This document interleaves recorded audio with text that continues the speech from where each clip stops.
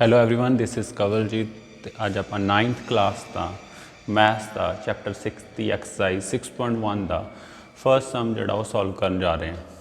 ਇਸ ਸਮ ਦੇ ਵਿੱਚ ਕੀ ਕਹਿੰਦਾ in the figure lines AB and CD intersect at O if angle AOC plus angle BOE is equal to 70 degree and BOD is equal to 40 degree, find angle BOE and reflex angle COE. First of all, we have one figure. We can see the what are the angles here.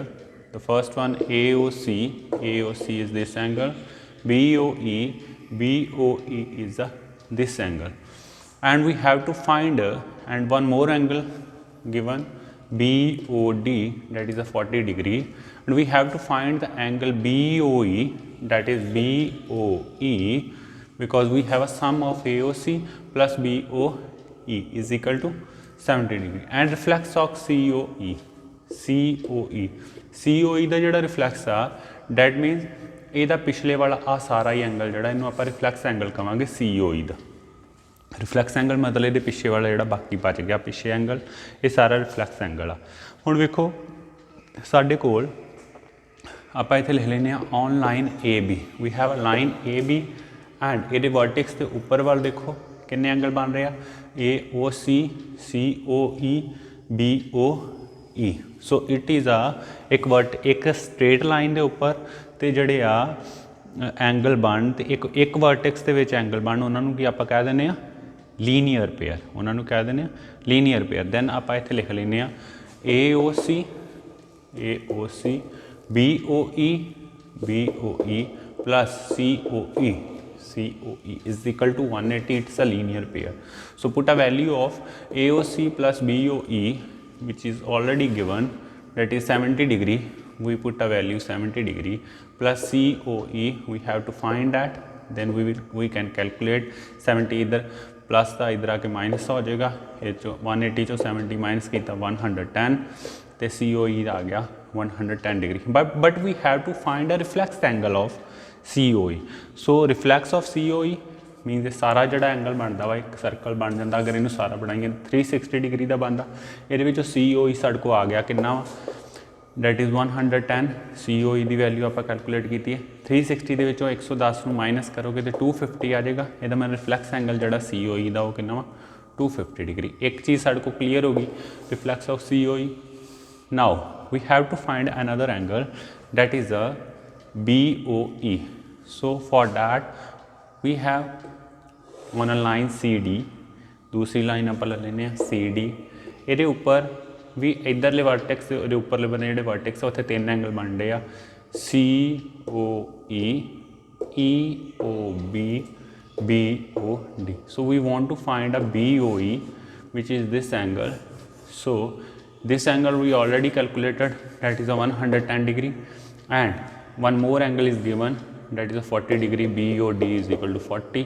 so we can write here similarly like this, it's a linear pair, COE plus BOE plus BOD is equal to 180। इन्होंने सारिया का value put कर देंगे फिर इतने जी साड़ी सूँ given आ COE की value given आ, COE की वैल्यू गिवन आ 110 ऑलरेडी कैलकुलेटेड। BOE की वैल्यू आप पता करनी आ 40 डिग्री, BOE की वैल्यू जी वो गिवन सी आप इतने कर ली, दोनों प्लस करा 150 आ जाएगा, उधर जाके माइनस हो जाएगा 180 के 150 माइनस करा तो BOE साढ़े को की आ जाएगा 30 डिग्री। इस तरीके आप फर्स्ट सम जो सॉल्व कर लेंगे, नोट कर लो।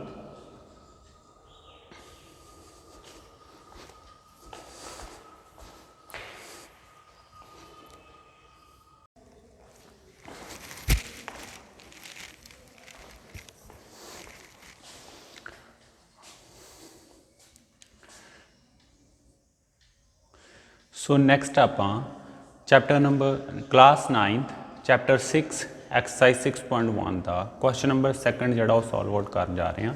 की है क्वेश्चन कहता इन अ गिवन फिगर सानू एक डायग्राम दी है, lines XY and MN there is 2 lines intersect at O point के उत्ते इंटरसेक्ट कर दिया। If angle POY angle POY is equal to a 90 degree, it's a right angle 90 degree, and A ratio B is equal to 2 ratio 3, find the angle C। ਇੱਥੇ ਵੇਖੋ ਸਿਰਫ ਇੱਕ angle ਦੀ value ਦਿੱਤੀ ਆ, ਬਾਕੀ ਜਿਹੜਾ A ਤੇ B ਦੀ ਉਹ ਰੇਸ਼ੋ ਦੇ ਦਿੱਤੀ ਸਾਨੂੰ 2 ratio 3। ਜਦੋਂ ਵੀ ਕੋਈ ਇਦਾਂ ਦੀ ਰੇਸ਼ੋ ਦਿੱਤੀ ਹੋਵੇ ਫਿਰ ਆਪਾਂ ਕੀ ਕਰੀਦਾ, ਉਸ ਰੇਸ਼ੋ ਦੀ ਇੱਕ ਕਾਮਨ ਰੇਸ਼ੋ ਲੈ ਲਈਦੀ ਆ, ਤੇ ਜਿਹੜਾ ਵੀ ਨੰਬਰ ਦਿੱਤਾ ਹੋਵੇ ਉਹਦੇ ਨਾਲ ਆਪਾਂ ਉਹਨੂੰ ਕਾਮਨ ਰੇਸ਼ੋ ਨੂੰ ਮਲਟੀਪਲਾਈ ਕਰ ਦਈਦਾ। ਇੱਥੇ ਵੀ ਆਪਾਂ ਕੀ ਕੀਤਾ, A ਤੇ B ਦੀ ਕਾਮਨ ਰੇਸ਼ੋ ਆਪਾਂ ਲੈ ਲਈ, ਲੈਟ ਕਰ ਲੈਂਦੇ ਹਾਂ ਕਿ A ਤੇ B ਦੀ ਕਾਮਨ ਰੇਸ਼ੋ ਕੀ ਆ, x, ਇਹਨੂੰ ਸਮੋਲ x ਨਾਲ ਨੋਟ ਕਰ ਲੈਂਦੇ ਹਾਂ। ਤੇ ਮੈਂ ਕਿਹਾ ਸੀ ਜਿੱਦਾਂ ਕਾਮਨ ਰੇਸ਼ੋ ਨੂੰ ਡਿਜਿਟ ਨਾਲ ਮਲਟੀਪਲਾਈ ਕਰ ਲਈਦਾ, ਇਹਦਾ ਮਤਲਬ A ਦੀ ਵੈਲਿਊ ਸਾਡੇ ਕੋਲ ਕੀ ਆ ਗਈ 2x, 2 ਨੂੰ x ਨਾਲ ਮਲਟੀਪਲਾਈ ਕੀਤਾ 2x, ਐਂਡ B ਦੀ ਕੀ ਆ ਗਈ 3x। ਹੁਣ ਆਪਾਂ ਇੱਥੇ ਕੀ ਆ, ਲਾਈਨ ਔਨ ਲਾਈਨ XY, ਸਾਡੇ ਕੋਲ ਇੱਥੇ ਲਾਈਨ XY ਹੈ, ਇਹਦੇ ਉੱਪਰ ਜਿਹੜੇ ਆ 3 ਐਂਗਲ ਬਣਦੇ ਪਏ, that is a linear pair. ਆਪਾਂ ਇੱਥੇ ਲਿਖ ਦਿੰਦੇ ਹਾਂ ਕਿ angle B plus angle A plus angle POY is equal to a 180 degree।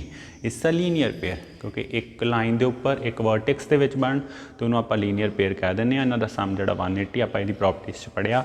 Then 3x, B की वैल्यू कितनी है 3x, A की कितनी है 2x, POY की 90 degree already given, 180 is equal to 180, 2x plus 3x 5x आ गया, 90 इधरों आके माइनस हो जाऊगा, ये ये साढ़े को आ गया 90, आ 5 जो 90 ना जाके डिवाइड हो जाएगा, x की सानू वैल्यू आ जाएगी 18 degree. Then A is equal to आप इतों फाइंड आउट जो सूँ x की वैल्यू आ गई, जिथे इतने x A is equal to x की जगह पर आप 18 वैल्यू पुट कर देंगे। A इज इक्वल टू आ गया 2 into 18 is equal 36 degree, and B is equal to आ गया 3x is equal to 3 into 18 is equal to 54 degree. ये तो साढ़े को A तो B दियाँ जड़ियाँ एंगल सी वो साढ़े को आ गए। नैक्सट जोड़ा आप कैलकुलेट करना वा एंगल C भी उन्हें क्या कैलकुलेट करो, वो वास्ते आप कहने दूसरी लाइन ले लें, because we have 2 lines XY and MN। XY तो आप पहला कैलकुलेट कर लिया, हम आप दूसरी लाइन MN जी ले लें। ऑन लाइन MN M तो N, ये उत्ते भी एक वर्टेक्स से 2 एंगल बन पे B तो C, इन्हों का सम भी की होगा लीनियर पेयर। इन्हों आप कहेंगे B plus C is equal to 180 degree, it's a linear pair, and B की वैल्यू कितनी दी है 54 डिग्री, 54 लेट पुट कर देंगे, C आ गया प्लस इज इक्वल टू 180, 54 इधर आके माइनस होएगा, तो यदा आंसर आ जाएगा C is equal to 126 degree. इनू नोट डाउन कर लो।